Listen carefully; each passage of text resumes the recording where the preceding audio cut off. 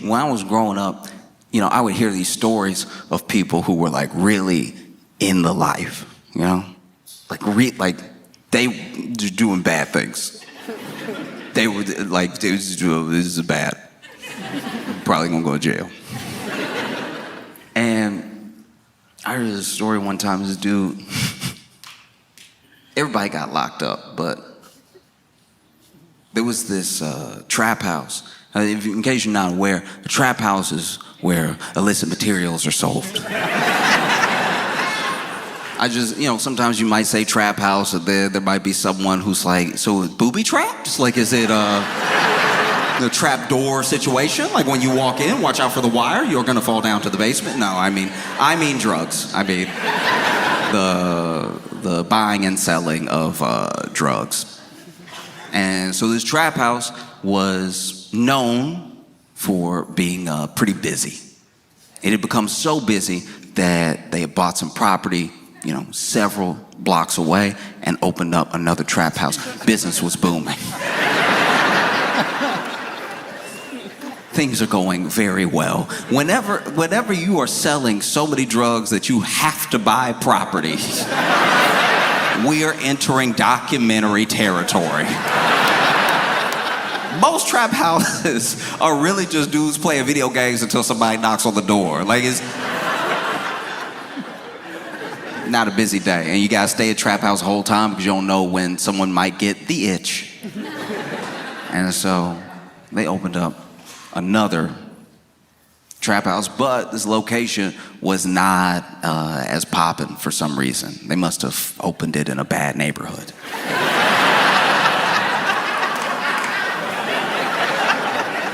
Can you imagine? Can you imagine being on drugs, be like, I'm not going over there though, that's dangerous.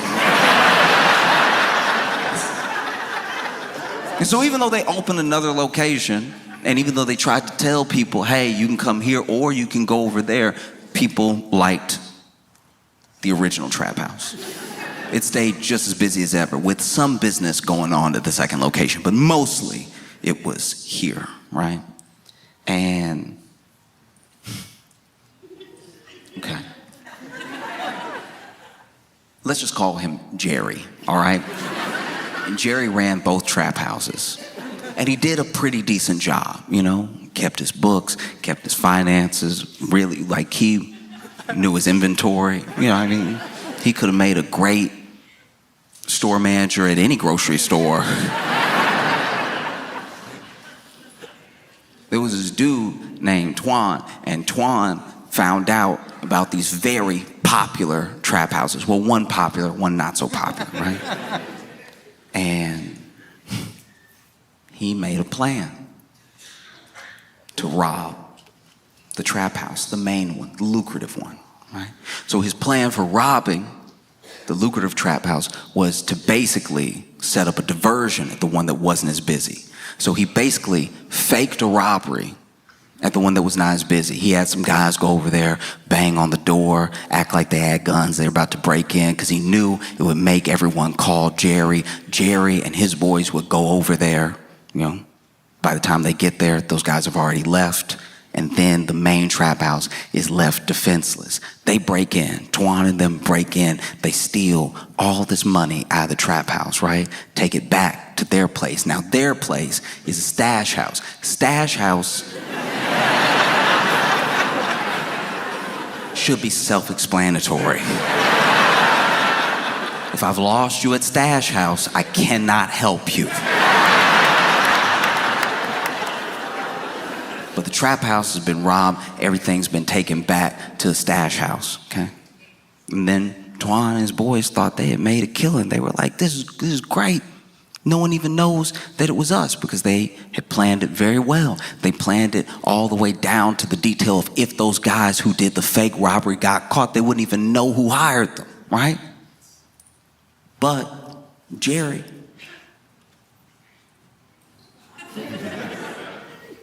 no fool. Jerry started asking around, and he could kind of tell that some of these guys were lying, some of these guys weren't lying. He traced everything back to Twan. And so he set up a plan to rob Twan's stash house. to go in there and not just get his stuff back, but take the rest of whatever was in there. And his plan wasn't as meticulous. He just sort of ran up in there with a lot of men and guns. Now, what he did do is he waited. He learned the routine. He learned who would be there when. It took months. And then finally, he was like, we're going to do it on Tuesday. They never paying attention on Tuesday. We're going to run up in there. It's only going to be like 5 of them. If it's 15 of us, I don't think we'll meet a lot of resistance. It's not like it's their money. It's Twan's money.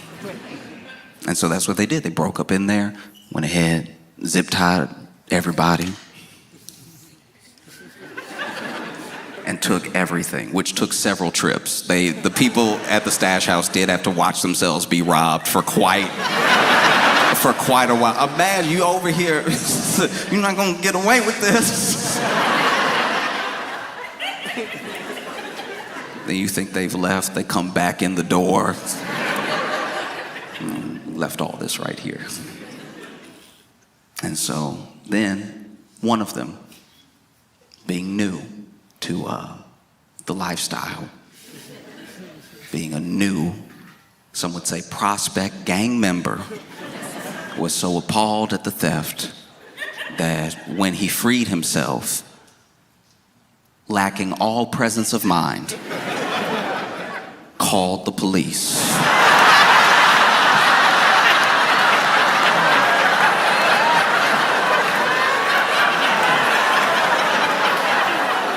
This man called the police. It was like they ran up in there, they had guns and everything.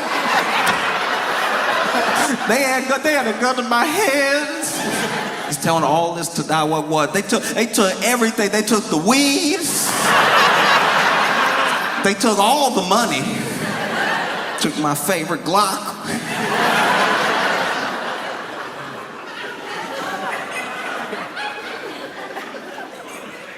And, some people were duct taped and everything, duct taped over the mouth, zip tied behind everything. So when, as soon as he called 911, he started freeing everybody else. And as soon as he ripped that tape off, they're like, "What is wrong with you?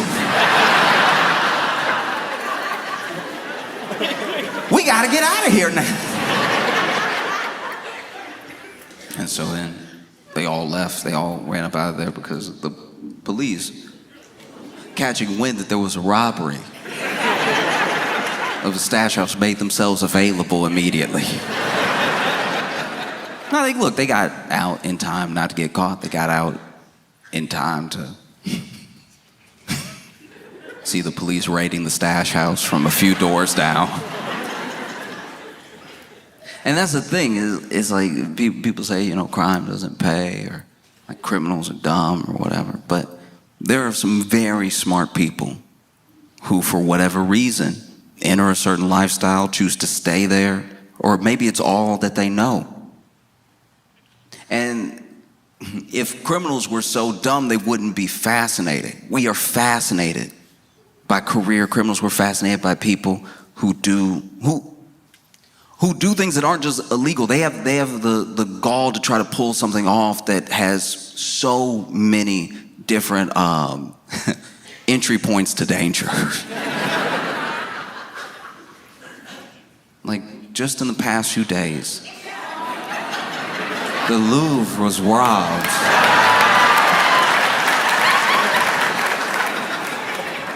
And I have not been able to settle. This is amazing. Okay, so if you're not familiar with the Louvre or the Louvre or whatever, it's one of the most visited museums in the world, and people go there and then they act like they've been changed by art. And you ask them what they saw, they can't name anything or anybody. They were just like, "No, the Mona Lisa was there, looking unimpressed." Well, there were these robbers that broke in. And they broke in dressed as construction workers, right? They had actually rented this like powerlifting vehicle that had a ladder that would bring them up to the next level where they could cut in, because they brought tools to cut in through the window and enter that way. They didn't want to just come through the front. And it made sense that they were dressed as construction workers, as Louvre is under construction. Permanently, I guess. It's always under. Why is Europe never finished? Europe always, all of Europe, always, unless you're out in the country, there's always like, oh, we gonna fix this road. We've been working on it since 1822. But that's y'all's fault. Y'all keep changing the roads. We just, right when we finished the cobblestone, y'all were like, no, it's asphalt now. And so look, they break in, and they break in with these power tools. They had like an angle grinder and everything. And that's when the alarms were going off and stuff. And then they get in through this museum window. And the part of the museum that they're in is where these rare crown jewels are being held, right? They didn't bother with the Mona Lisa. There was a crowd, there's a line. You'd never make it out. People be like, no, I want to see. And people keep, they keep criticizing the security. They keep criticizing the people that were doing security. But those people did approach them. They were like, hey, you don't. you better not. Because what is museum security really supposed to do? Let's be honest. Let's be real. If you work security in any format, they should arm you with as much as it takes to protect what's supposedly valuable. Think about this. When you see someone working for like Brinks, right? And they bring a Brinks truck to do a deposit for a bank. Let's say a whole grocery store is like, hey, we got like $250,000 that we need to transport over to the bank to make our deposit. The bank is like, don't worry, we'll send somebody. They hire Brinks. Brinks comes over. They have a truck. And not just a truck, like a bulletproof truck. And then they get two people. They get two people to make sure nobody knocks you over the head when you're trying to grab the bags and put them in the truck. They get two people, and not just two people, two of the biggest people you've ever seen. Like two people that are so big that it's like, you are the gun, right? And then I think they give them a gun. They always hold in their pocket. Maybe they don't have a gun, but it looks like they have a gun. And they don't give them cuffs because they don't plan on taking any prisoners.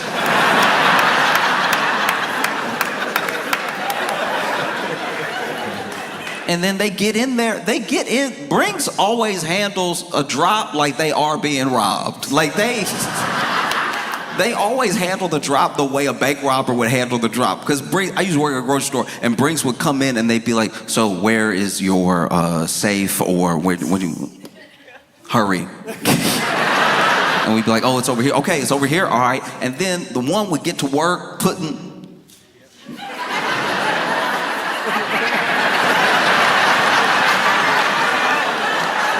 the other one just watching us.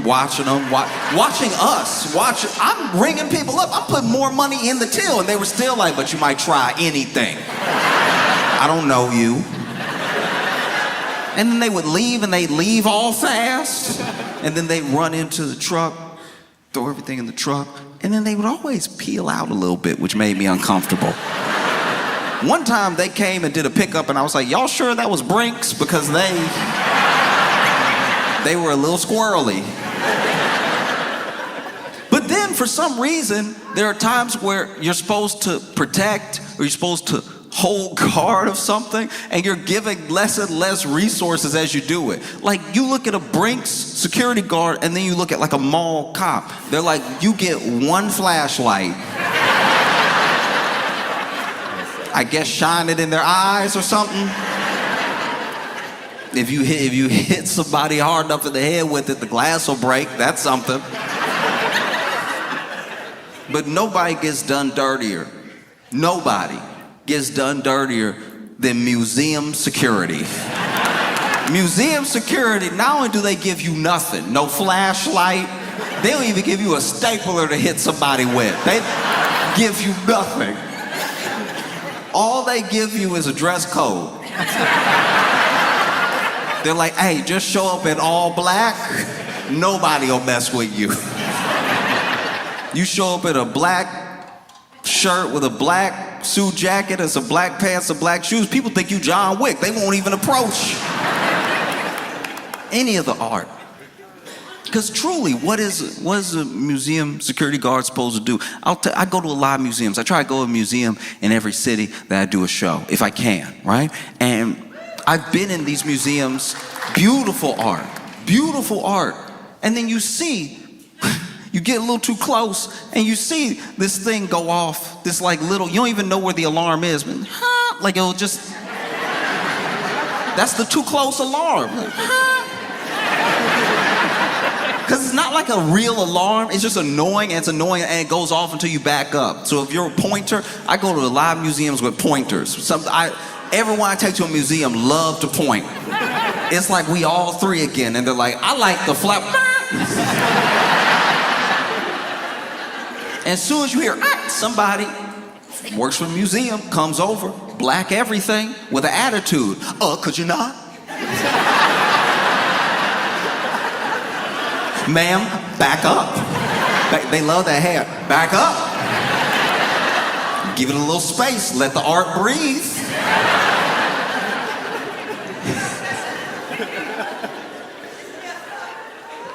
And you want to know who a museum security guard's arch nemesis is? Because it's not like a grown man. It's not a grown woman. It is any child. Any child will ruin their day. Because I don't know what it is about the frequency of the alarm, but if you're 4, you can't hear it. If you're 4, you're like,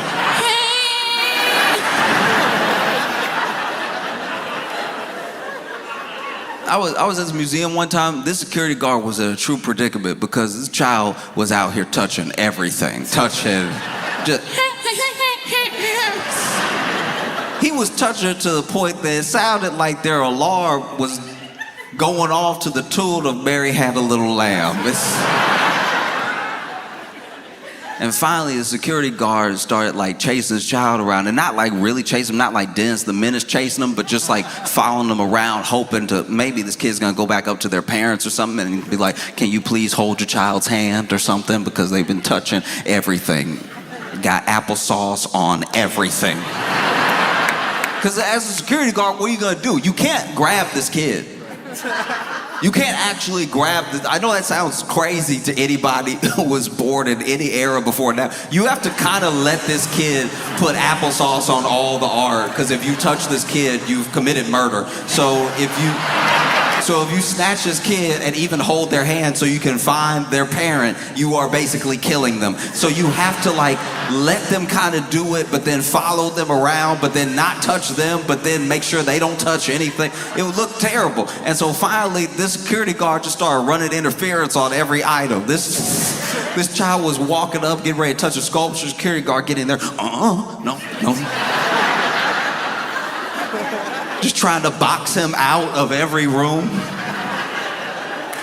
And then finally, this kid, realized what was going on. It felt like it was a game. So this kid is like, oh, you want to play? I love to play. Playing's my favorite thing. Playing's basically my job. And so he running interference. There's a painting.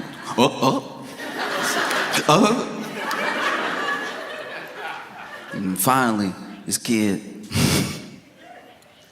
gets boxed in. And even the security guard's like, I don't know what to do now. Because like, this would be when you would like snatch their hand and be like, hey, is your child not with you in the museum? I might have them. But he was like, doesn't want to touch his kid, but doesn't want the kid to touch anything else, but then is in the corner, but then is also a grown man cornering a child in a corner. Just because you're at work doesn't make it look better. All this kid has to yell is stop, and you going straight to jail. I'm your only witness, and I'm not really here right now.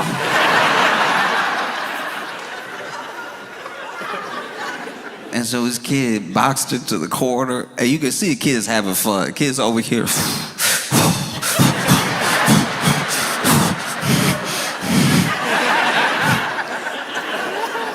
Nowhere to go but under. This kid slipped under his legs and ran away. This man turned around. Started chasing after this kid even more, and then the kid went to the only room he hadn't got applesauce on. And was next to this painting. I don't really remember who painted this, but it was a huge, huge painting of a ship in a storm. And it was one of those that was like, it was a marvel because of its scale. You know, so it's not like one that you just hang up and 6x8, whatever. This thing was huge. It took up almost the entire wall, which meant he could definitely reach it. This kid walked up to the painting, and now the whole thing is a game. Touching the stuff's a game, trying not to get caught is a game. This kid's having fun. He thought museums were boring. He's having the time of his life. This kid standing next to the painting. And admittedly, I was also running after them so I could keep watching. I didn't try to help him at all, but I was like, I gotta see the rest of this. Like, what you gonna do? This man gonna run out of breath soon. Security guard gets in the room, huffing and puffing. And he just goes,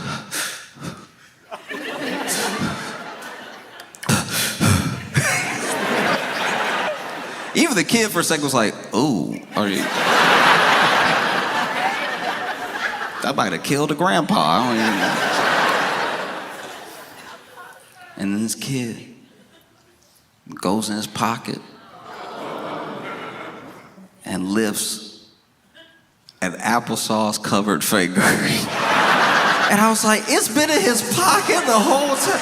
Children are disgusting. This kid been running around with a pocket full of applesauce this entire museum trip.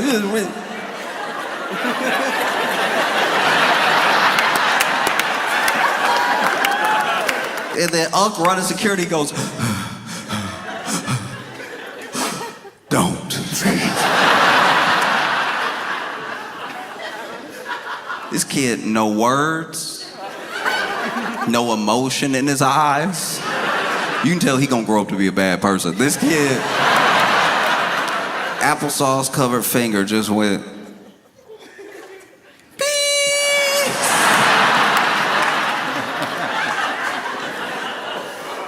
and so if a security guard is defenseless against a child, what do you expect them to do against actual robbers with angle rods that they just used to break into the second floor window?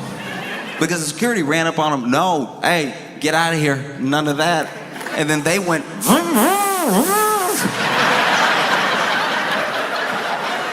security was like, you know what, let us help you. Everybody out. Everybody out. Everybody get out now. Security made everybody get out but them. Don't you see these men working? Get out.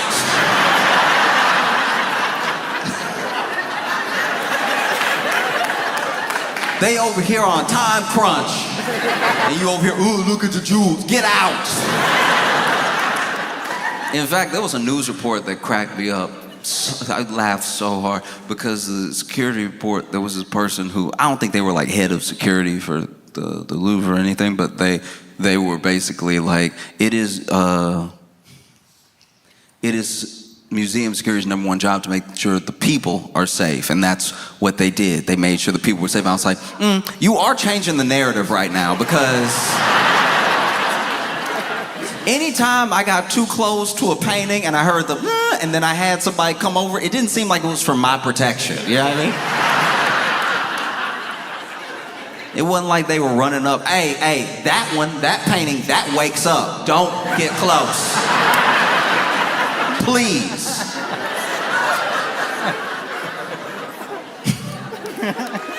And so then, robbers start grabbing everything, grabbing these like Napoleon era empire crown jewels, right? They grabbed so much, they grabbed too much. They actually grabbed so much they dropped one. They dropped one of the crowns outside. And this is gonna sound dumb.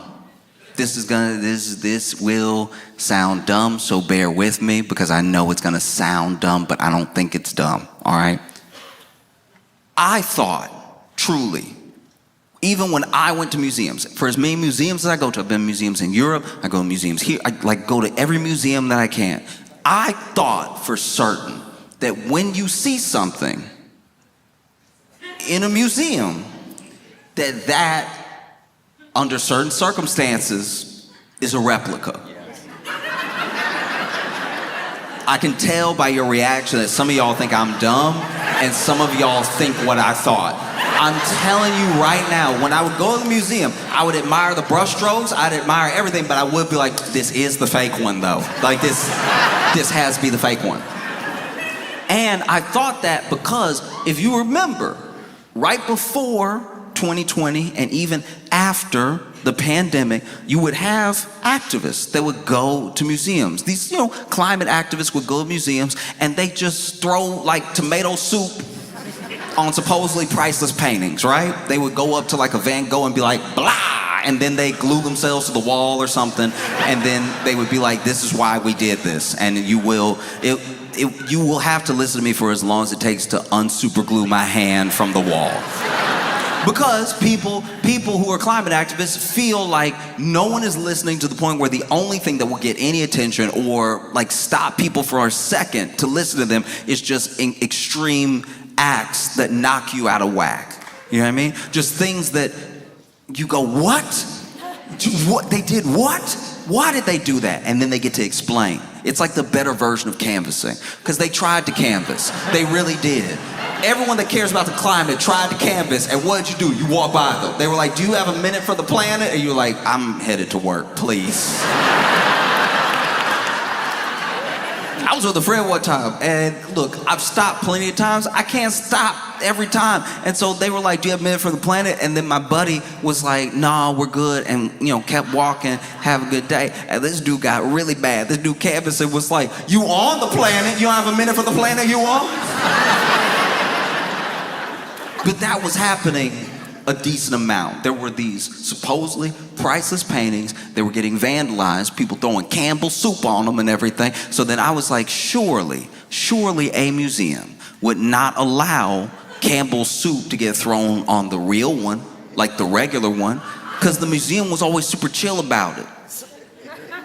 The museum, they would like throw tomato soup on a Van Gogh and the museum would be like, stuff happens, we gonna get it off.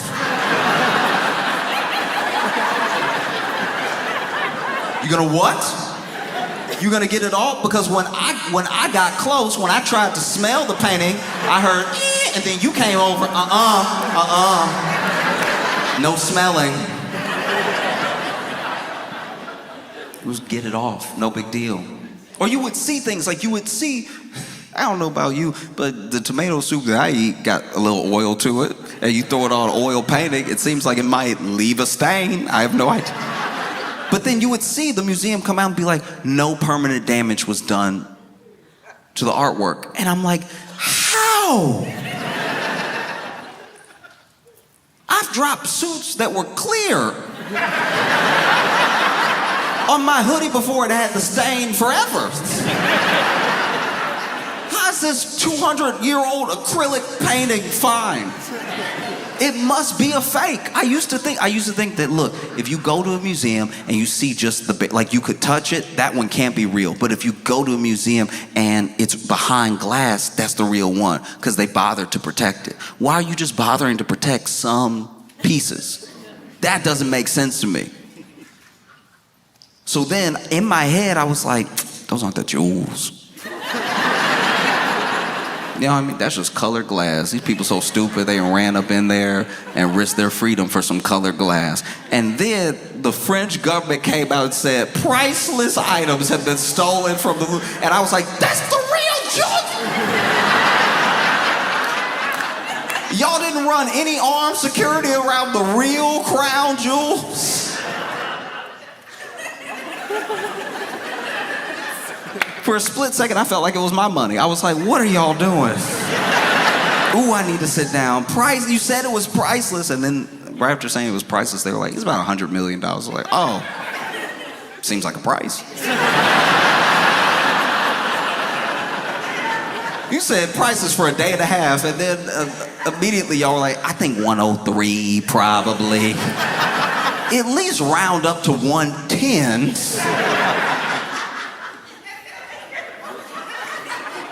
And then, in my opinion, museum handled it wrong.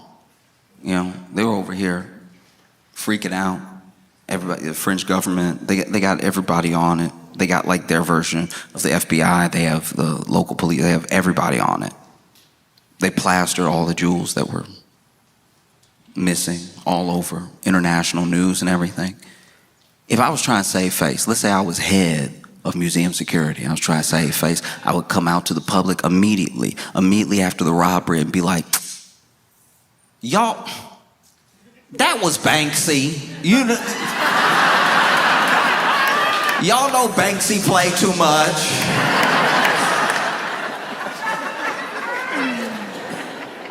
But this is where I wish that they had done a better job of being creative, being inventive, you know? You've just been robbed, one of the boldest robberies that we've seen.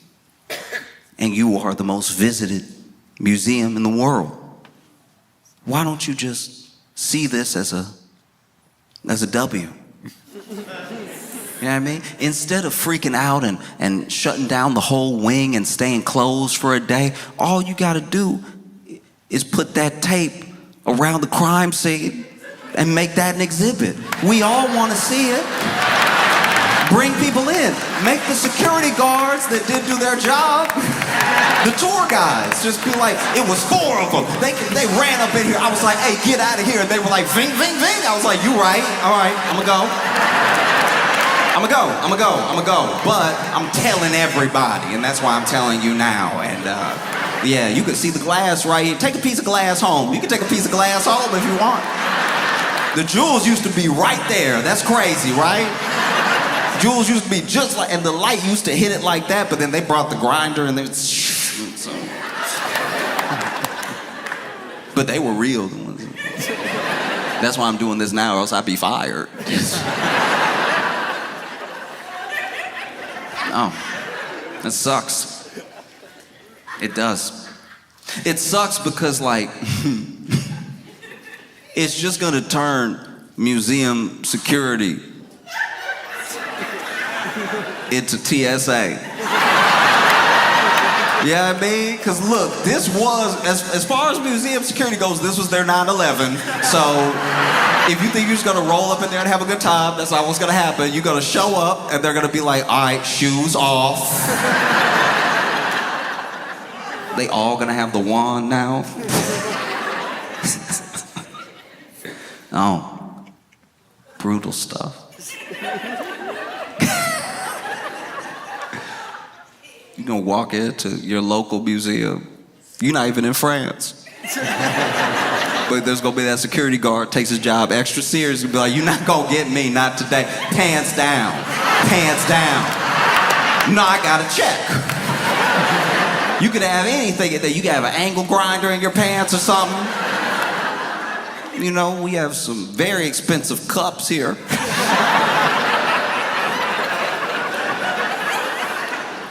I love a tour guide at a museum because then they'll tell you how expensive something is. And at least with the pottery, maybe this is me not being cultured, but some of the pottery that's in museums, and then they'll tell the story of how the pottery got to the museum, and then they'll be like, you know, this is worth easily $100,000. And I'll be like, nah, it's not. It's not. Like, it isn't. Like, it is not. As much as it is here, it is not worth that. Like the function of is, like it is here, like it exists, like it is. It is here. And it is not worth that. And you know how it's not? I know it's not worth that. I know it's not worth that. Because you had to tell me how much it was, because I thought it was worth nothing. I thought y'all dug it up and brought it here, because y'all were like, this was just in the ground. Isn't that interesting? I bet you people aren't leaning over the register at the gift shop being like, how much was that clay cup? I only have 50,000 on me. Dang. I would have loved that clay cup that looked like a caveman did it. Because I need to be clear here. I'm not just trying to be rude. The one that I'm talking about, it wasn't like some beautiful African art. It wasn't like a Greek pot or something that was painted with a story on it. It just looked lumpy.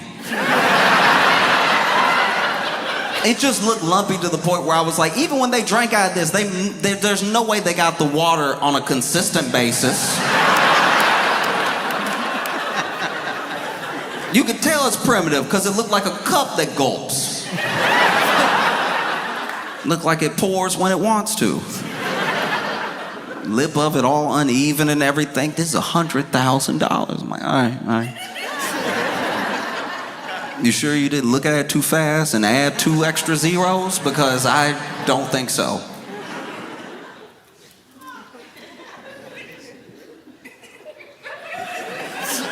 There was a guy. There was a really rich guy, apparently. I don't know. I don't know him, but everybody was saying how rich he was. And he got on the Instagram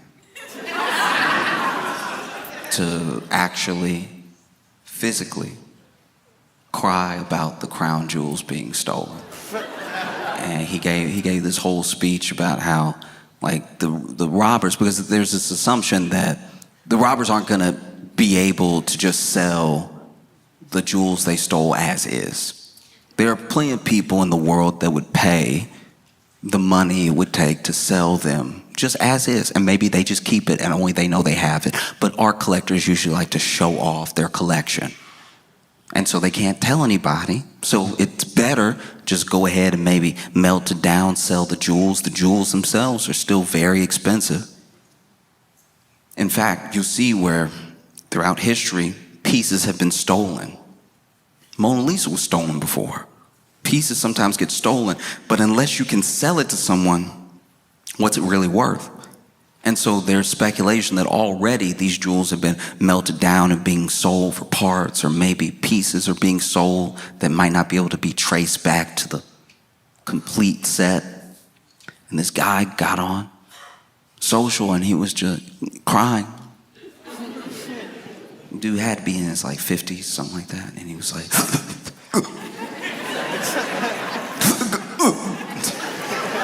it was that crying where, okay, you know, it was like the crying you do when you're little, but you let yourself do it again when you get grown if something gets to you enough. Which is crazy, because he went online to cry, but then was fighting the crying. But he's fighting the crying to camera. But then just don't turn the camera on yet. Like, if you, like, let it out real quick and then do your video. You doing the video, like, no one putting the video in your face right now. You doing the video and you, wait, just wait. No one asked for this video. You could wait a day. You could wait till you're over it, or you could just not do it. But this dude got, some people just cry like they choking, and it's just.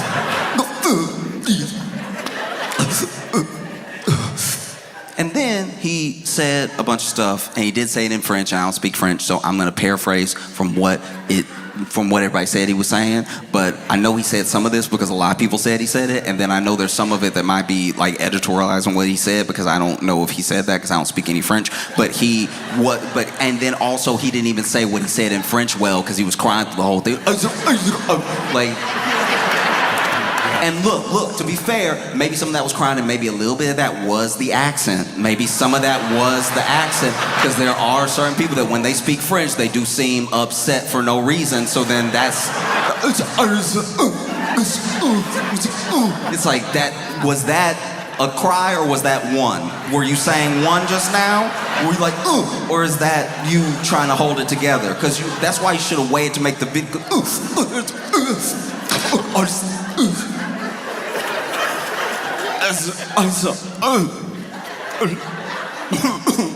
That's a cry. That was not French. That one. And what this dude basically said was that you didn't just steal from the Louvre. You stole from the French people. You stole a piece of our heritage. You stole a piece of our history. And if you melt that down, if you repurpose that, if you sell that, you will burn in hell because you have stolen from the people. And I'm sure, I'm almost positive, I don't know everyone who's seen the video, I just know that I saw it, but I'm sure if you saw that video and you were from Africa or Brazil or just anywhere, I'm sure you watched it and you were like,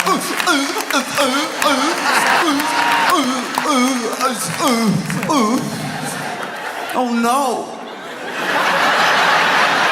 Someone stole a piece of your heritage? What are you gonna do?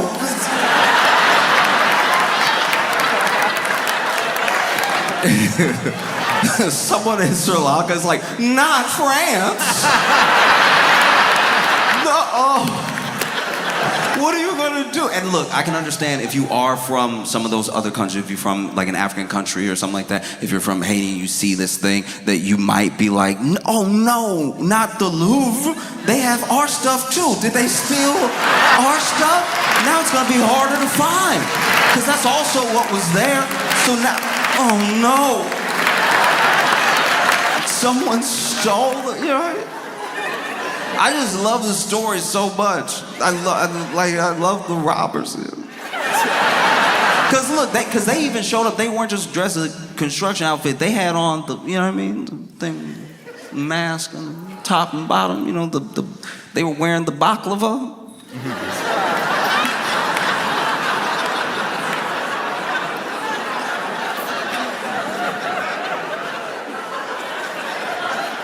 I don't know, I love this crime so much because it feels a lot like,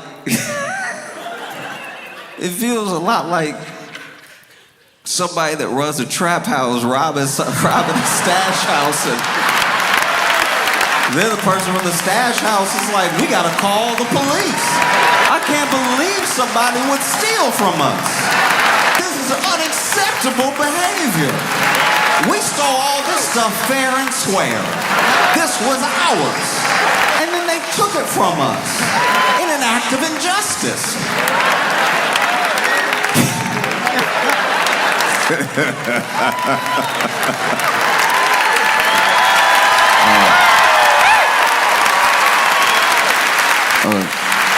Stanford, y'all have been amazing. Thank you so much. I appreciate y'all. I hope you have a phenomenal time.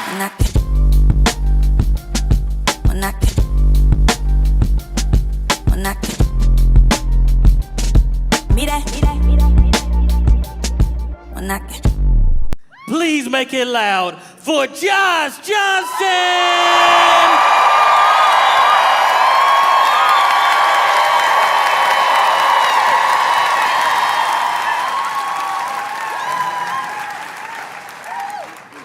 I love being in Seattle. It's dope here, you know. Feels like if Brooklyn had mountains. Yeah, it's just a more relaxed, seemingly relaxed pace of life here than I'm used to. Because even y'all's, I'm not critiquing, I'm just noticing. Even y'all's crime is at a slower pace. You know what I mean? Like, y'all still got crime and everything, but when it happens, it's like, everybody's like, oh yeah, that is illegal.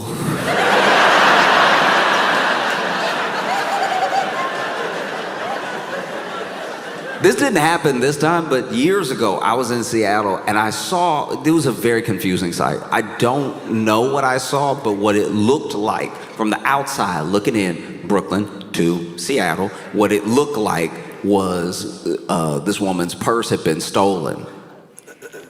But the thief and the woman weren't running. I think that's what confused us all, because we were Like, one of two things was happening, all right?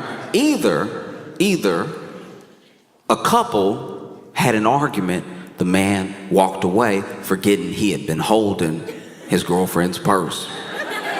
So he walking off in a huff, and then she following him because maybe she knows whatever she said went a little too far this time. Or a man with very little commitment to his craft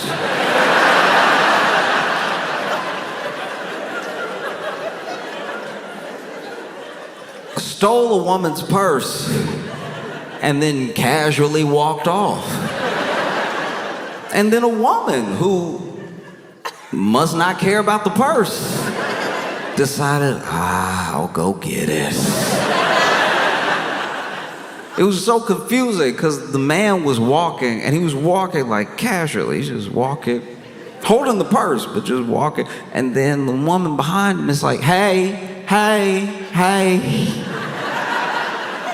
And then at one point she leaned towards the purse to grab, the strap.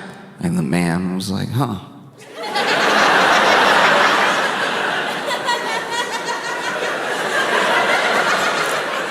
That's when I had to reassess the whole situation. Because what if it was not this woman's purse? What if this woman is the lazy thief? What if this man is just trying to have a day out with his purse, and this woman who likes the purse is like, I would like to have that, and I don't plan on paying or running. And they just continue like that down the street. Hey.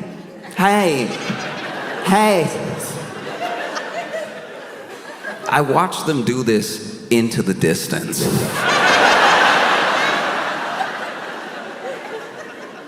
I didn't want to get involved because you ever get involved in an argument and you pick the wrong side, and now you don't know where you stand. You see two people arguing and everything. It's like you try to step in, try to be not necessarily a hero, but just a good Samaritan. Hey, what's the problem here, right?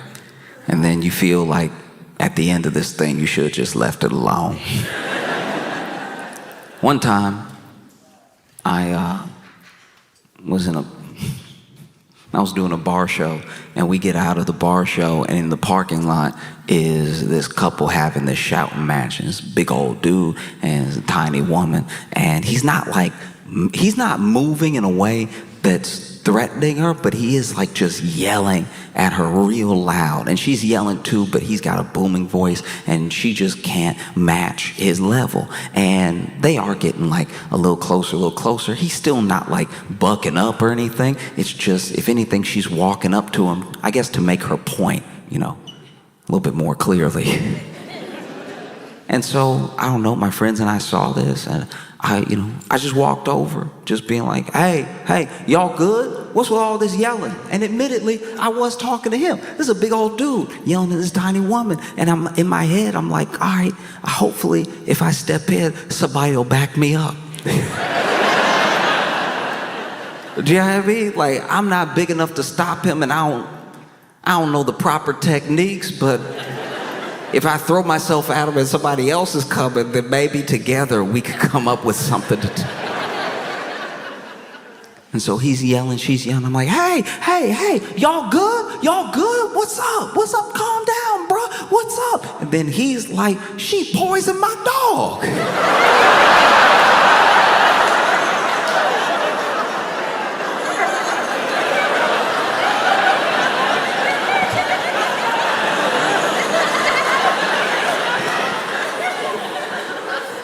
Because I had everybody looking at me from when I said, I'm going to go say something. And then they heard that part, and then I'm like, I wish I was over there with y'all, because y'all were in the minding your business section. That looks like a better section to be in. And I didn't know what to do because I don't know what their history is, but if the most recent thing that has happened is the poisoning of the dog, if the only thing that has happened is the poisoning of the dog, I think he might be in the right to raise his voice, to have a little volume, you know? I don't know the condition of the dog. And so he says that to me, and in the moment, they had both stopped yelling. They were both looking at me. And then the people who I left, my friends from the show, were also looking at me. And in my head, I'm like, well, this really shouldn't be on me. Like that's crazy. I came over to diffuse the situation, and then I became diffused. And so I'm like, hey, what's going on? What's going on? She poisoned my dog. And then everybody's just staring. And so I'm looking at my friends, and I turn back to those two, and I go from looking at him to looking at her, and I go, stop it.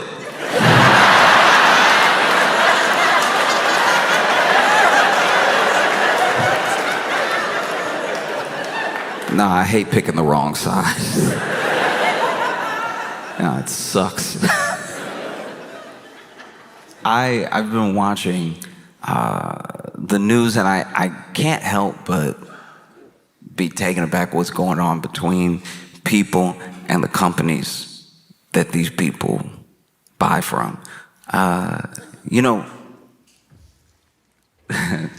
Target, they know. Believe me. Target has been in more than hot water. They have been boycotted this year because Target, they're an interesting case because they took it upon themselves to try to be, or at least seem, super inclusive of everyone. Now, these companies aren't people. They're trying to make money, and the hope there is that everyone will want to spend their money here if we look like we're for everybody.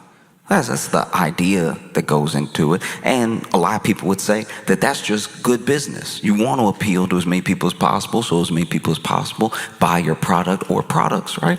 And so they did that. They took it upon themselves to be the place where it's like, look, Target, you can come here, you can get anything. It doesn't matter who you are. We'll make up products just for you. All right? When your month comes around, we're going to make products.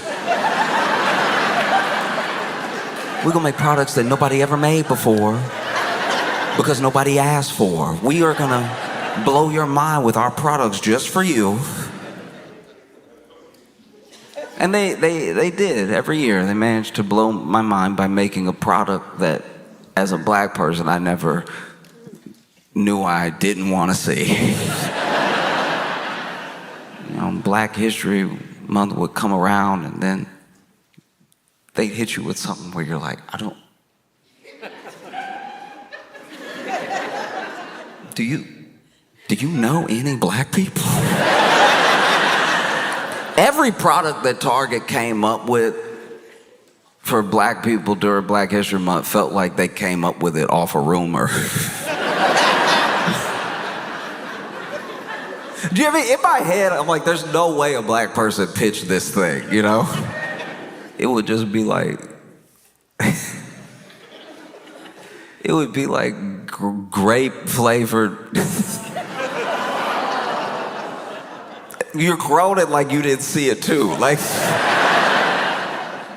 it just be like grape flavored root beer or something. It'd be like, hi, I don't know who told you to do this.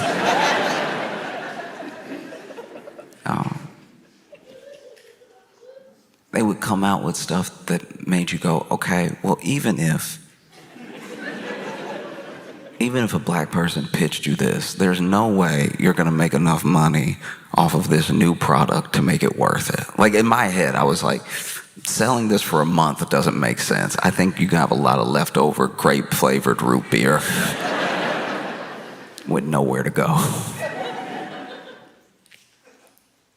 And so Target didn't just do it to, black people. They did it to everybody. All of my friends got a special month at Target that made them go, huh, this is odd. And they never got the response that they wanted. You know, like I'm sure Target was like, oh, they'll love this. It's Pride Month, they'll love this. But none, not a single one, not any of my queer friends ever said, oh, we gotta get down to Target. They got that rainbow volleyball. You know that rainbow volleyball that we love, because rainbow is our whole personality, you know. You know how we've never wanted anything unless it was rainbow.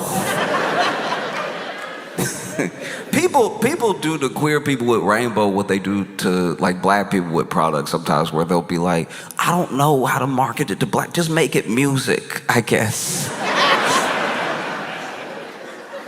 You know, try to get more black people to, I don't know, eat at Burger King. They're like, what about some drums? You know? And so that's one of the things, is that Target in their efforts would sometimes still get into like these mini scandals off of people being like, what's the plan here? Some people would be offended sometimes. And then, you know, there's obviously the thing online where people would get mad at the people getting offended. They're offended, the people are offended. And then they take up for Target, kind of, but then they don't even want the product. It's not like they want the product. And so they're taking up for Target because they're like, hey, we like grape flavor root beer over here, right? That never happened. It was always someone like, they made it for you, why are you so offended, right? And then taking up for Target as if they want a rainbow volleyball. Very weird. It's like a very weird investment to get into like a product that nobody is buying. And then Target would try to like sidestep, they try to come up with something else. It would be worse. It'd be so much worse. Next year, they're like, we're going to do right by everybody. This product is going to kill them, all right? They're going to love it. Watermelon paper plates.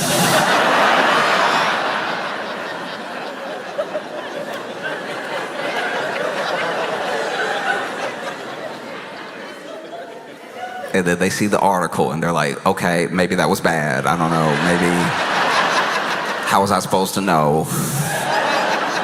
It's not like any black people are like in the C-suite, so. You know, there was one too that cracked me up. This one genuinely is very funny to me. Like none of them really offended me, but I really couldn't get offended at this one because it was so funny. So basically, Black History Month came around and they had made a bunch of like prominent black leaders, these magnets with a bunch of prominent black leaders on them, and all of the magnets were like labeled to the wrong person. Like it was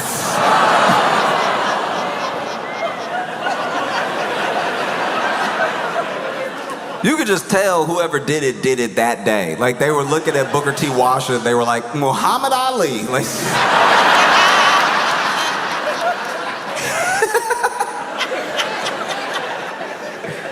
I just don't know who that product's for. Like personally, I just don't know. Yeah, I don't know who was like, oh, life is good. It's almost perfect. But you know what I don't have? Martin Luther King on my fridge.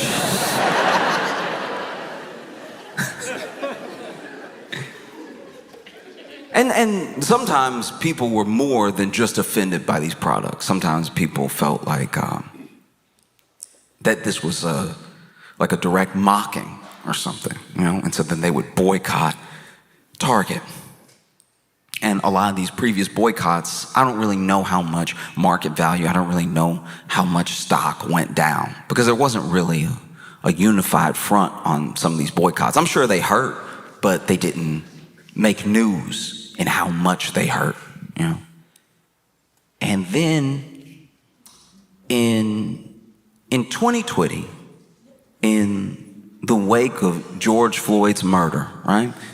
Target, like a lot of companies, made pledges. They made pledges. Target pledged somewhere in the neighborhood of like $2 billion to black businesses over time, and $100 million to black communities also over time. And yeah, that was you look back at 2020 and you remember 22. You remember what everybody was like, we gonna stop being racist. Remember that? Remember in 2020, I mean, we were all in our rooms. Everybody was like, who would I even be racist to? They're not here. You know how hard it is to be racist when they not even here. We're gonna stop it. We're all gonna stop it. Companies pledge to stop it. People pledge to stop it. Everything. And then we got outside and we were like, oh, I remember. This is America. Come on now, we gotta do a little racism. We said it, but come on, we said a lot of things, all right? We said we were gonna learn another language. We didn't do that either. We were inside. You say crazy stuff when you get cabin fever, like, I'll stop being racist. No. And so then you have the next few years where Target themselves, no one was talking to Target that I know of. Nobody had put a target on Target to like be the great hope of black business. They got involved. They were like, and we'll do $2 billion, but nobody was looking at them that I know of. They just inserted themselves, like an annoying person would. And they made a big pledge. That's a big pledge. Even if you were a multi-billion-dollar company, $2 billion is like a lot. And so you see when Target gets all into all the diversity, all the inclusivity and everything, that's just to try to make money.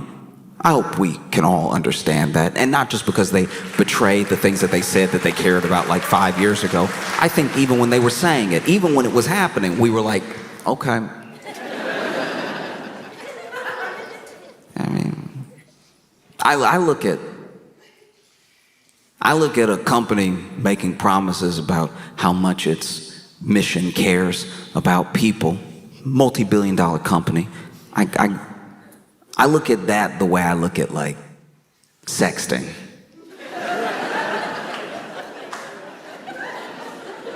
If you've ever been sexted before, depending on who it is, you've read the message and you've said to yourself, the thing I say to myself when I read the mission statement of $1 billion company, you're not gonna do all that.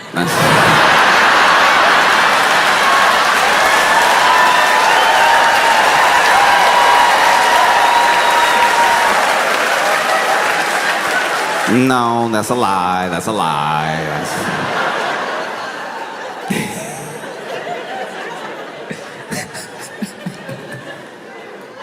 And I don't even know where this money was supposed to go or where it started going or if it was just for the press release. I have no idea. But I know that when Trump won, Trump immediately, day one, was like, we're gonna get rid of DEI, we're gonna get rid of all of these programs, we want everything to be merit-based and fair, so obviously we have to get rid of as many people as possible who earn their position over time.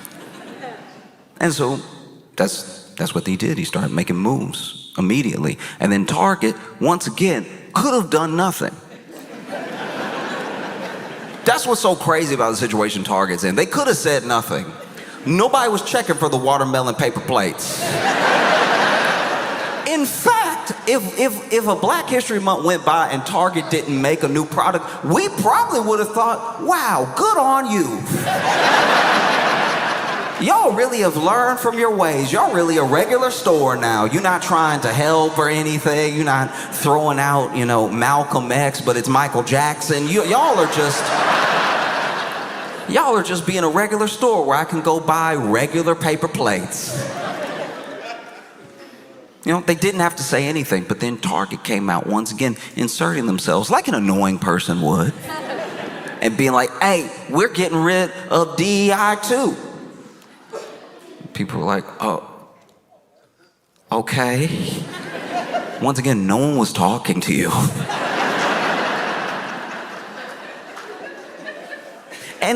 look. These are moves that are made for money. That's what they always were. Even when I heard about those pledges from Target, it didn't make me go, "Oh, Target, you care about me?" I was like, all right, yeah, I guess the next time I'm on my way home, I need one of those like toothpick things. You know, the thing that's like floss, but it has a handle. I guess if I need one of those and Target is on the way home, maybe I'll buy it at Target. That's as much as it moved me. But just because I didn't have a business and I didn't really know what this pledge meant, so it didn't like change my mind about Target. I don't care about Target enough for my mind to be changed. I just went on about my life. And then whenever they made this statement of like, we're getting rid of all of our DEI too, I was like, guys, I still don't care about you. Like, you can't move me one way or the other. There are other stores on the way home. But people who either were pledged that money or have been watching Target to make sure they kept their word, they noticed that statement. And they noticed that it's pretty convenient to get all the social capital out of making a pledge. A $2 billion pledge and a $100 million pledge that you haven't had to come up good on. And now you're going to end it just in time to not really get to get into it. That's very convenient. And so then there were people who called them up on it. They were like, all right, look, a pledge is a pledge. You can label it however you want, but you said publicly that you would be donating this money. And you know what we're going to do? We're going to boycott. We're going to boycott Target. And then this Target boycott started. And a lot of people poo-pooed it initially. A lot of people were like, Target gets boycotted all the time. Didn't you hear about the grape-flavored root beer? But this thing was different. And there's a lot of numbers in it. There's a lot of numbers to the tune of $100 million to more than $2 billion. This thing takes off, like really takes off. And I found out about it late. I did. I'll tell you right now. I found out about the Target boycott very, very late. And I don't mean very, very late as in yesterday. I found out about it when I was in Target.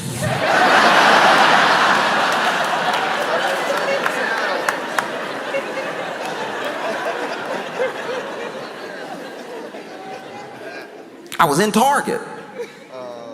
And then there was somebody also in Target leaned over to me and was like, hey, we don't shop here right now.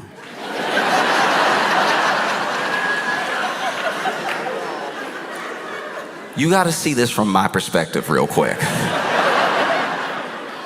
From my perspective, I had gone into a store. Into a store. I'm not thinking about his Target. I went into a store to get what I needed to get. And then while shopping, I was approached by someone who was like, we don't shop here right now. You know how perplexing that is? So many things were going through my head at one time, because the first thing is like, we don't shop here right now. In my head, I'm like, all right, do you work at like Walmart or something? Like, do you? What's your deal, right? Then I had another thought. I was like, okay, all right. We don't shop here right now. But you're in here. I said, but you're in here. And they were like, I'm in here to let people know we don't shop here right now. And I was like, oh, interesting and effective. Like I wasn't aware. It's just so funny to have somebody in the store to let people know we don't shop at the store. It just feels like the most, it's just the most like, what's it called? It's the most civility I've seen in what must feel like to the store, robbing the store. Because I put down, like in my hand, I had the toothpick with the handle, and I was like, oh, I already had it in my hand, but I guess I can put it back. And then I walked out, and that's money that they didn't make. It's like that thing is effective. And so I didn't buy the toothpick thing. I left, right? And in my head, I left, but I was also like, all right, that thing was like $6, so I guess they didn't get my $6, but hopefully they really needed it. Hopefully that $6. I love when a company who's done something bad need the money bad. Like, you know, like when somebody needs the money bad, they're like, hey, look, brother, look. If you can hold me over with this $8. And so, you know, I left. I went to CVS. To my knowledge, they hadn't done anything, so felt like a safe place to get the toothpicks. I've had something in between my teeth the entire day, so I need it desperately. Even when the man was telling me we don't shop here right now, he was like, ooh, you got...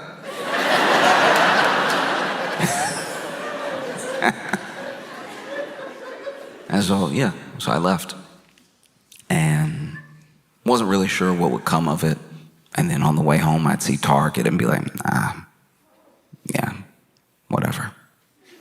I'll make it to CVS. It's 2 more blocks. Really not knowing, because a boycott now is different than a boycott from the past. A boycott from the past, you had to. It was imperative that you used your body and your voice to be there in real time. You had to go there. You had to go out. You had to pick it outside of the store to let people know how you felt about the store. And the numbers that you had, it sort of dictated the narrative, you know? Because they couldn't run. They had newspapers that they could maybe run some ads in or try to create a narrative, but nobody could argue with what they saw with their own eyes. Not yet. It wasn't present day.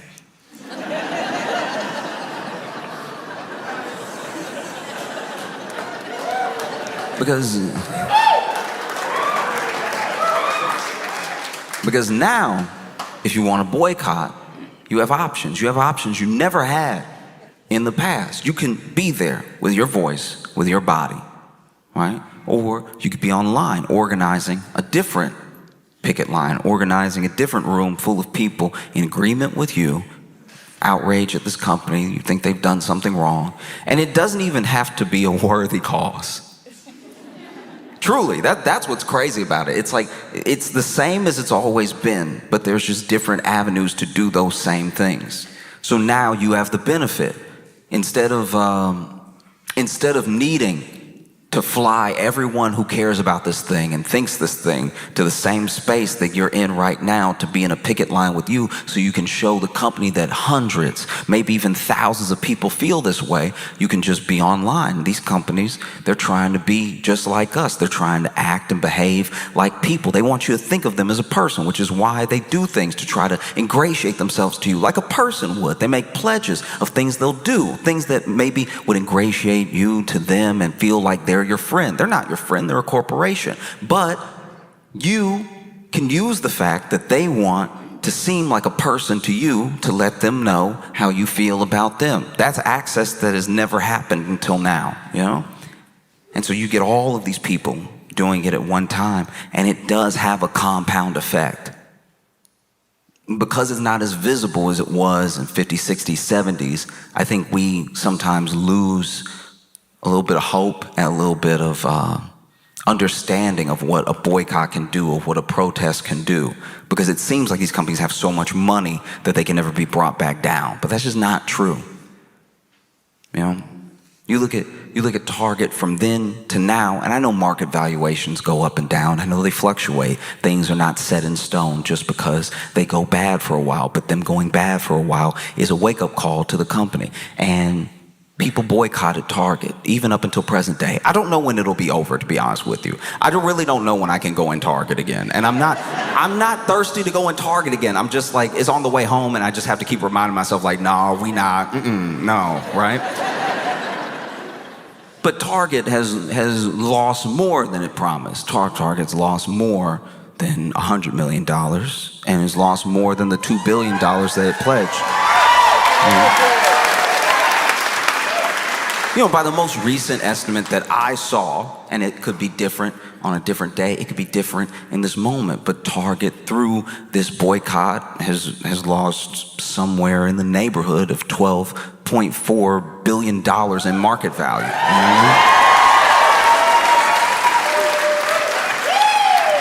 And it's because of people boycotting. I think a boycott is also difficult to wrap your head around sometimes because it's not doing something.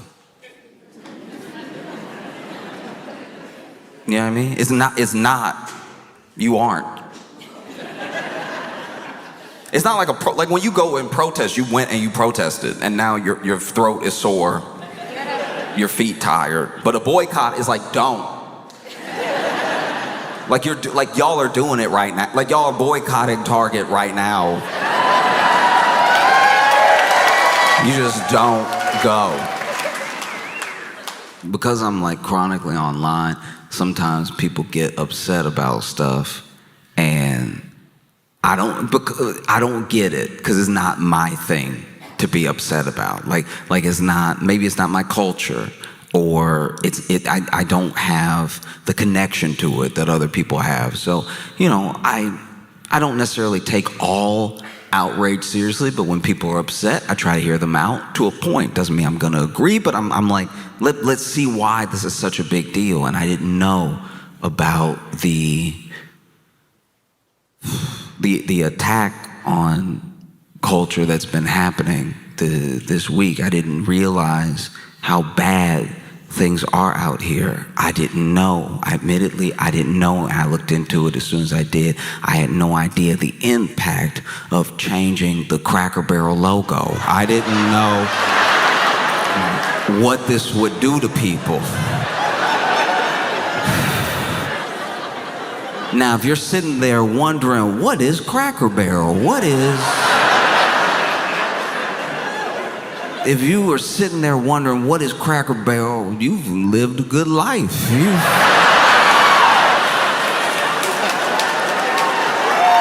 If you're sitting there wondering what Cracker Barrel is, you are doing perfectly fine.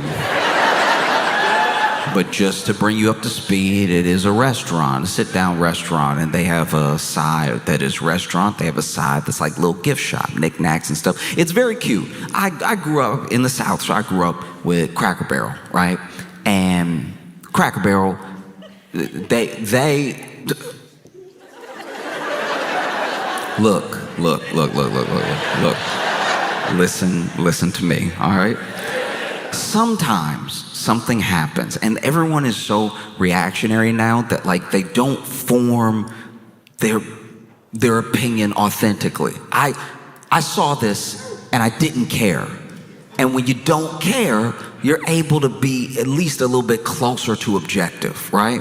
So I saw what was happening. And they changed the Cracker Barrel logo. If you've never seen the Cracker Barrel logo, get ready.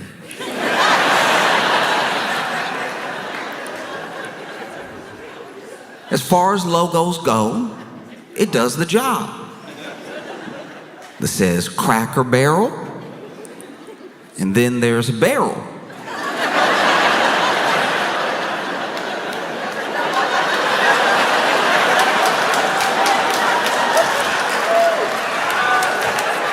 And then there's a guy next to the barrel, right? And the guy next to the barrel posted up. The guy next to the barrel is out here feeling himself. He's over here like...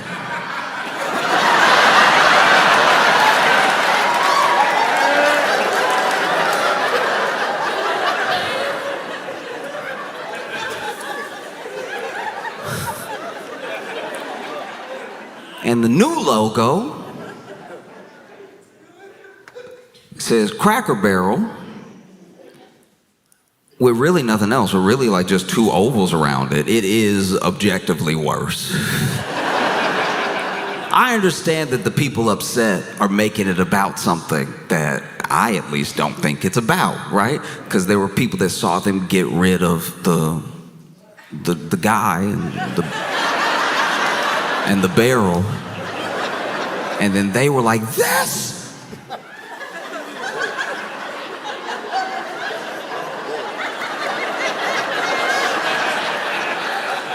The first impression was of someone who had a stroke over it.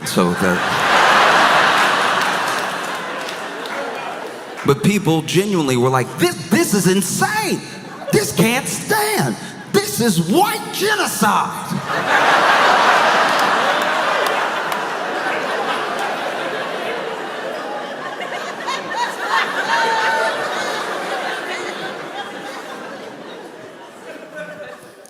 Listen to me. I'm no expert, and I could be wrong. I'm wrong all the time. But I'm pretty sure that just as many white people are alive after they changed the logo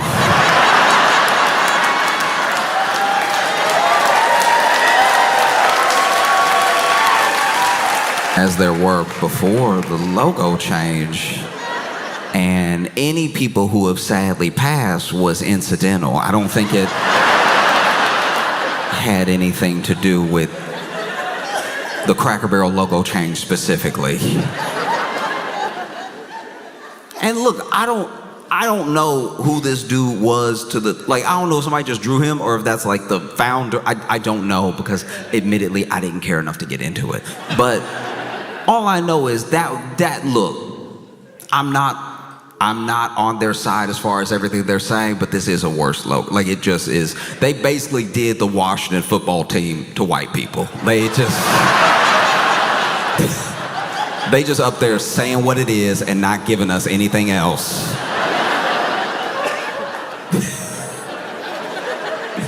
Nah, it's rough. It really, that's bad. Especially with that guy, I don't know. Y'all did it. It said Cracker Barrel, and then there was the barrel, and then there was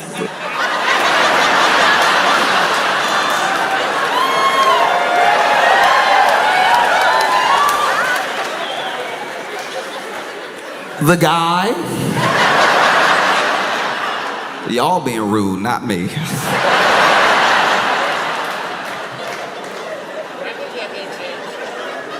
And so, yeah, Cracker Barrel was facing immense backlash, threats of a boycott.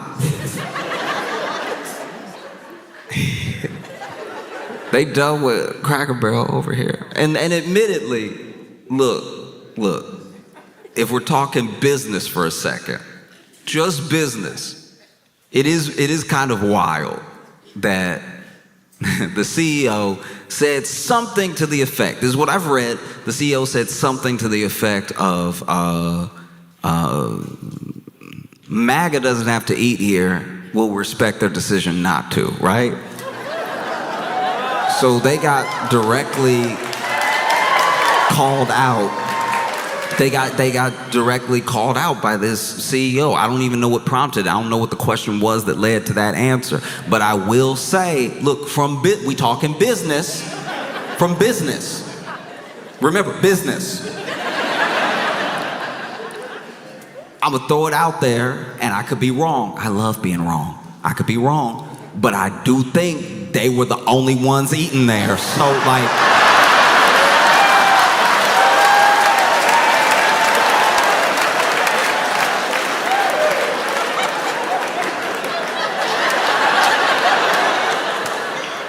that would be like the dude at the Red Hat Company being like, we don't need MAGA. It's like,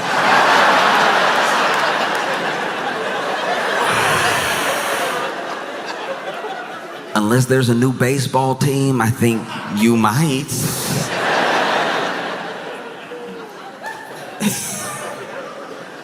No, it was truly wild. And now MAGA's had a insane backlash. Look, I don't know what's bots and what's actually people upset. All I know is I've seen a lot of tweets. A lot of tweets being like, I can't believe, look at these. You know what's funny too? It's like sometimes people get mad at you and they start describing you in their anger. And it doesn't sound as bad as they think it sounds, but because it's what they're mad at you about, it sounds bad. I saw this one tweet that was like, look at this woman. She single-handedly tanked Cracker Barrel stock because she wanted to be a woke girl boss. She wanted to put her whole life into her career, and then she rose to the level of CEO, only to tank the company, though. She tanked the company. And yes, she's a young CEO, but she tanked the company. I'm just like, as you list the things, like as I was reading the tweet, I was like, I mean, outside of like 8 of these words, this is a good LinkedIn profile.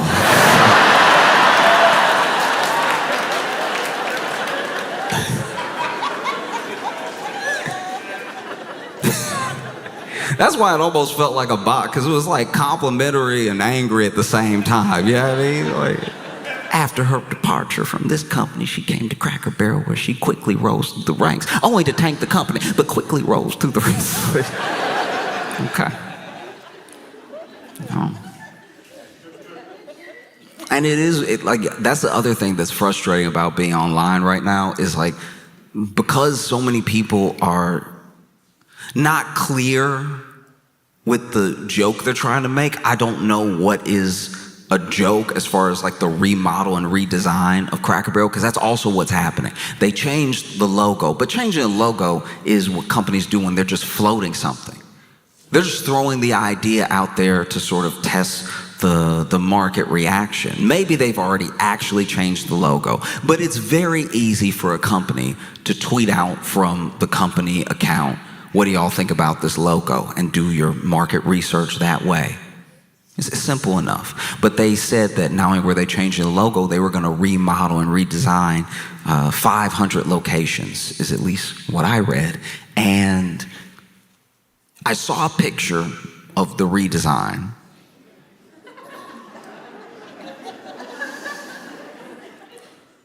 Look,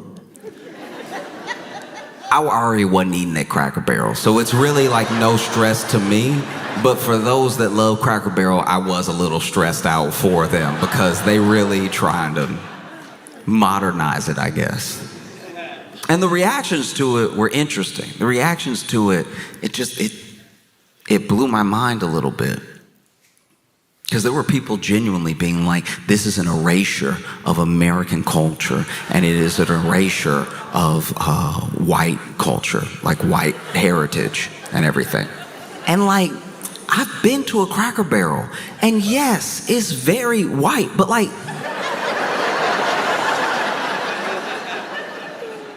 I'm not even saying Cracker Barrel is bad. I'm just saying, like,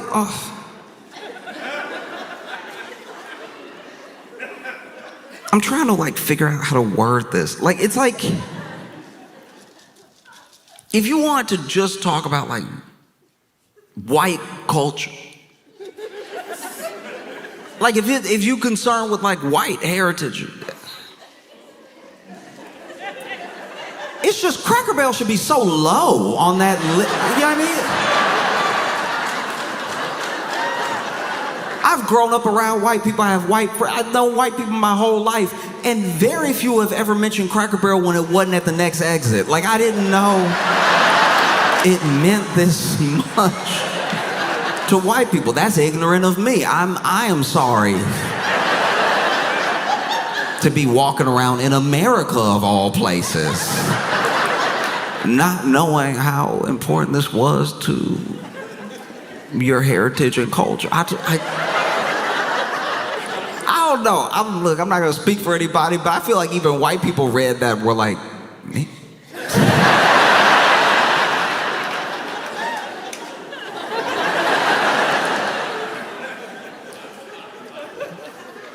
No, I've had Cracker Barrel because, you know, I've been on the road, and I've always had it when it was like the last stop.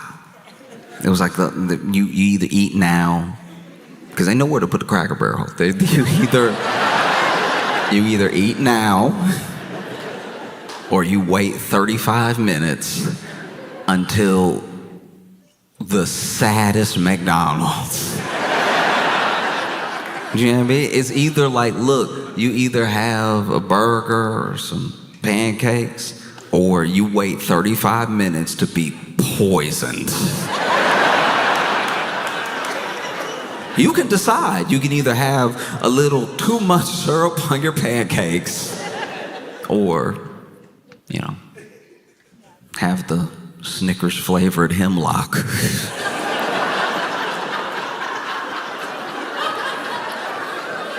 It just makes me mad. They're not even trying to be food anymore. They're like, no, we put the fryer is in the floor now. Like we just. It doesn't change. It does not change. I have a friend he's sweet. He's a good person. He's a very good person. But he is like gross. That's just a fact. I'm not being mean. I've told him to his face. And he has before, eaten in his car to the point of not knowing that he had like a wrapper in his car, and to the point of like maybe not finishing his meal in the car, going inside, and to the point of having an old burger in his car for quite a while. And a McDonald's burger, to be fair, not just picking on McDonald's here, any burger left out for long, for days, for road trips will smell. My problem is a McDonald's burger left in your car for a month. Stop smelling.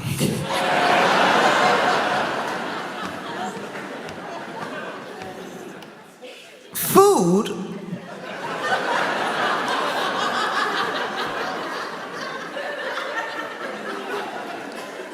is supposed to go through a process.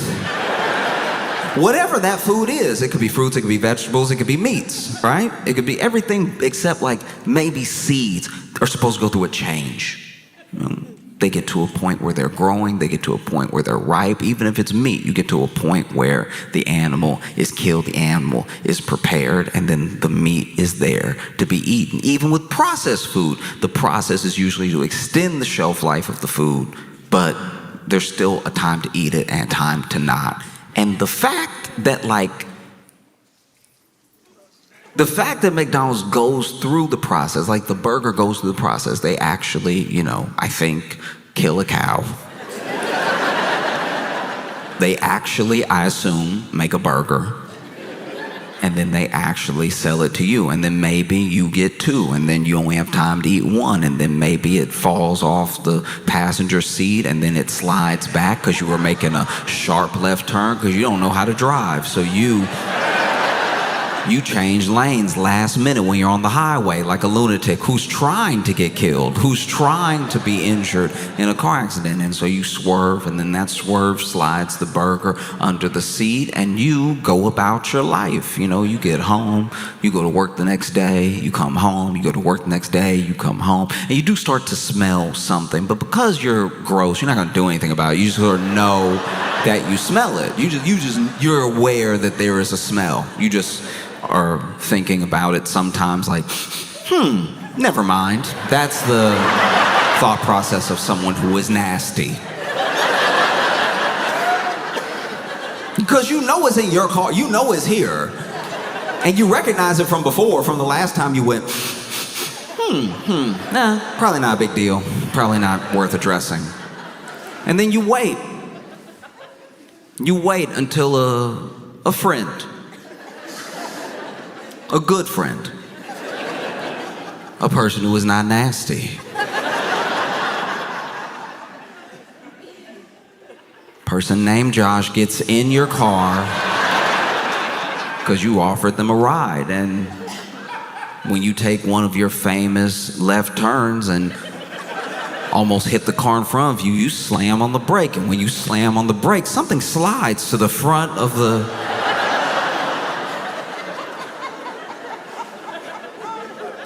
something hits poor Josh's foot.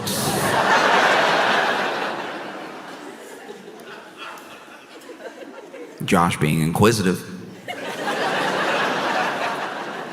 looks down and sees a fully wrapped McDonald's burger, and reaches down, and there's a feeling in the burger. A little tough. And then I'm like, oh, your burger fell. And then you disgusting freak, you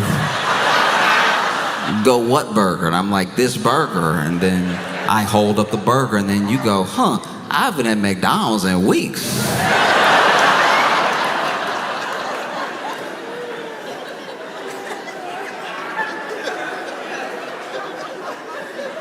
And then Josh goes, oh.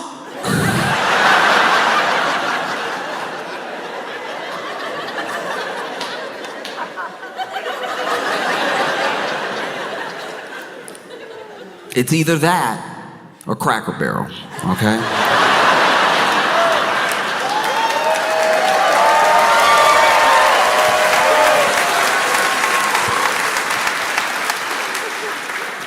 And look, a part of me understands where people are coming from. Part of me understands that some people hate change. Some people love the nostalgia of going to Cracker Barrel. Some people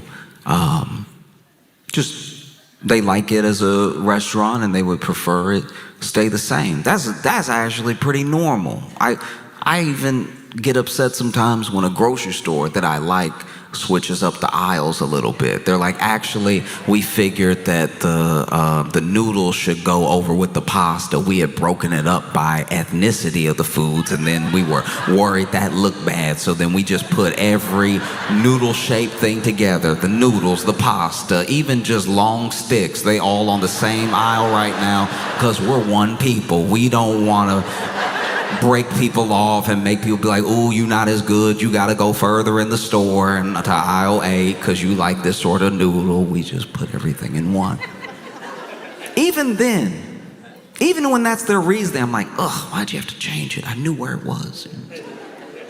Now I gotta be in here longer. And so I get people who are like, I just don't like it. I don't get people who are like, this is the worst thing that's ever happened to me. That always ends up, I don't know, people always end up telling on themselves in that regard. If this is the worst thing that's ever happened to you, that a company you don't own changed their logo that you only looked at when you went. I don't know who loves Cracker Barrel enough to have the logo in a frame and kiss that picture every night before bed. I don't know what sort of Cracker Barrel freaks are out there.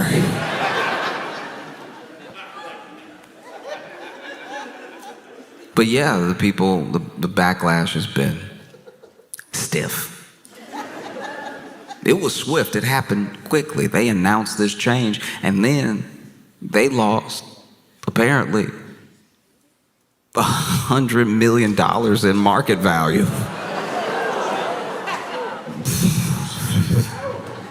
I didn't know there were that many people to be upset about Cracker Barrel in dollars. I don't know if Cracker Barrel can afford that. The knickknacks are only like $2, so. No, they're in hot water right now. You just never think of the word valuation when you think of Cracker Barrel. Do you know what I mean? Like if Cracker Barrel, if they had been talking about Cracker Barrel on like Wolf of Wall Street, it would have been because the main character was smoking crack out of a barrel. You know what I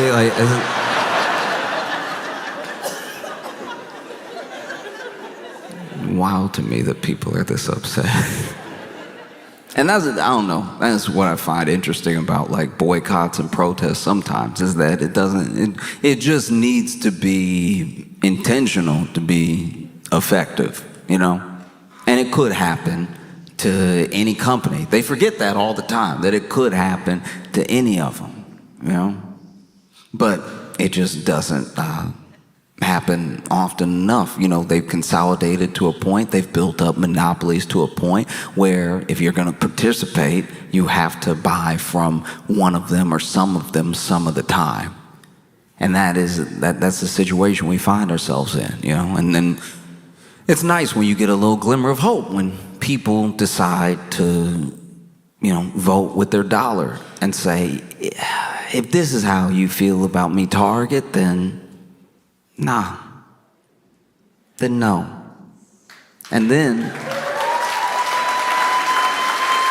while you may not be Target's #1 customer, you may not be a Target head. Them not getting your $3.50, them not getting your $26.42, them not getting your $100, them not getting your $5, them not getting your $3, them not getting your $485 you're moving, them not getting all manner of money from you starts to equal up to about $100 million.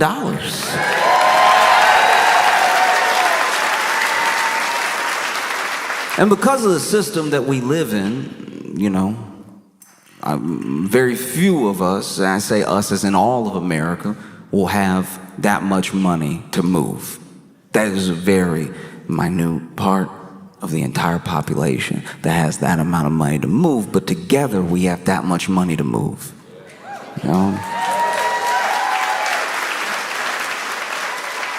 And because these companies are not people, because people you can reason with, people can understand something that is based in logic, but companies don't. Companies only understand gains and losses.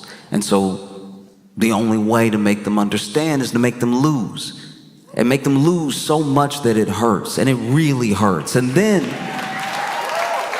maybe when it really hurts, they'll make a change, not because better people are there, not because they fired a CEO and then hired a better person as a CEO. I don't know that many CEOs, but I imagine at a certain point, they have a similar outlook on the company and a similar outlook on the employees. I think that because of the system that we've built, when it comes to corporations, you're gonna find very few compassionate CEOs or just incredibly reasonable people who want to do what's best for the customer. That might be what they say, but what the company does is different. And so I think that inside of all of that, you make the company hurt until someone comes along and maybe their background is in accounting, maybe they're a sociologist, who knows, maybe they started in PR, but they know we have to reverse course or else the hurt will continue. And then you get what you want. You get what you boycotted for, what you protested for. These things are still possible, and it is simple, it is not easy, and it doesn't happen overnight. It takes a long time. We are at an advantage. We're at an advantage that the people in the 50s, 60s, and 70s weren't at, because we don't need to be there all the time with our body using our specific voice. We can organize online. We can organize in person as well. We can build community around a cause. And then we can exact that cause to the tune of $100 million, And then when that thing happens, maybe the next company will go, but you know what happened to Target.